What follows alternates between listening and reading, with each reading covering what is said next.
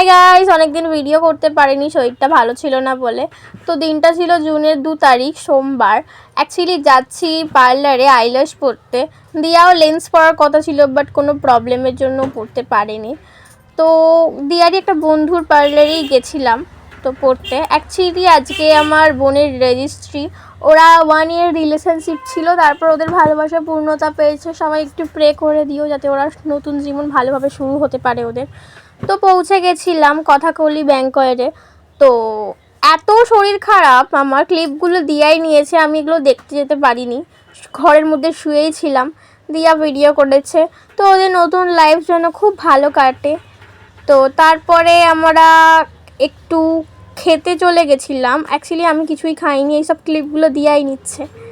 আমি ওই একটু পোলাও আর চিকেন নিয়েছিলাম, ওটা খেতে পারিনি, যতটুকু খেয়েছি।